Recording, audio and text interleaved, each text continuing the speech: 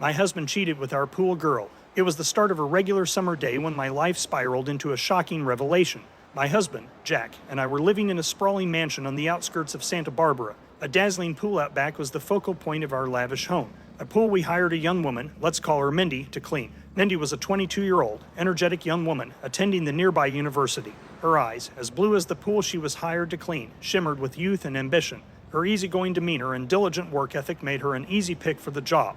Every Tuesday, Jack would work from home. Our pool was tended to on the same day. I hadn't noticed the timing of Mindy's visits until it became too consistent to ignore. One afternoon, I returned home unexpectedly early from my book club meeting. I found Jack home while Mindy was there to clean the pool. They were sitting too close together on the patio for my comfort. Their heads turned in surprise as I walked in, and I saw the flush creeping up Jack's neck. That's when the seed of doubt was planted. "Darling, you're home early," Jack stammered. I was just going over some pool maintenance details with Mindy. A quick glance at Mindy's face told me something was amiss. It was that expression, a cross between guilt and fear. But I shrugged it off, not ready to confront my worst fear. The suspicions, once implanted, continued to grow, nourished by instances of unexplained absences and late-night phone calls. One night, Jack received a text that made him squirm. "Who was that?" I asked casually, a tight knot forming in my stomach. "Nobody important, just some work stuff," he said, a little too quickly. I realized I needed to confront the situation head-on, but the fear of what I would discover held me back. But as the old adage goes, the truth always comes out.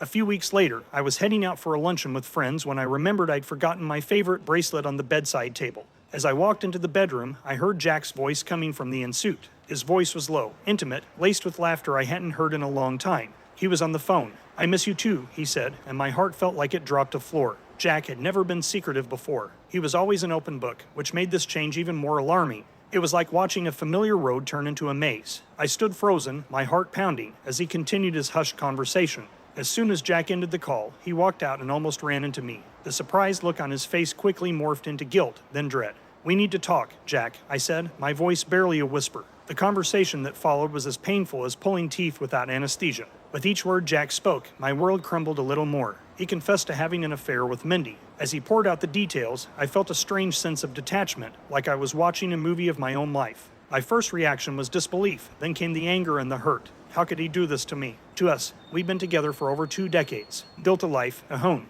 and now it seemed to disintegrate around me. "I'm so sorry, Emma," he kept saying, but his apologies felt hollow, echoes in the vast emptiness his betrayal had created.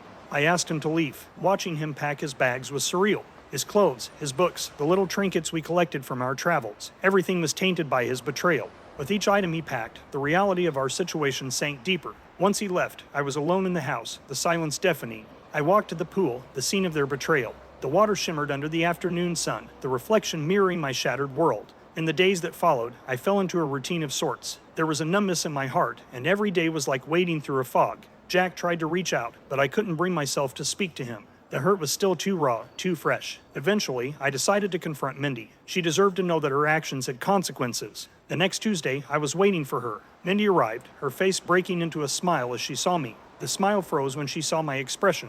"We need to talk." "Mindy," I said, my voice as cold as the icy drink in my hand. I don't know what you mean, Mrs. Harper," she stammered. "Don't play dumb, Mindy. It doesn't suit you," I said, my gaze steady. The conversation was tough. There were tears, pleas, and promises to never contact Jack again. By the end of it, I felt drained, but there was a sliver of satisfaction. At least I could look at the pool without feeling like I was drowning. Days turned into weeks, then months. Jack and I were navigating the complicated waters of divorce. It was messy, hurtful, but necessary. I found out later that Mindy had dropped out of college and moved out of town. Despite the pain, there was a strange sense of liberation. I started doing things I'd put on hold. I returned to my passion for painting, started a new book club, and made plans to remodel the house, starting with the pool. My story doesn't have a happy ending, at least not yet, but it's my story. A tale of betrayal and heartbreak, yes, but also of resilience and newfound independence. It taught me that I was more than a cheated-on wife, more than half of a broken couple.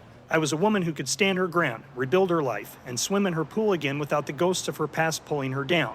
And as I sit here, looking at the revamped pool, the water sparkling in the afternoon sun, I realize this isn't the end of my story. It's a new beginning, a second chance to dive back into life, one splash at a time. 20 years down the tubes. What a shame. What do you guys think? Let me know in the comments section below. When you subscribe, be sure to click the notification bell. Click here for more Tangled threads.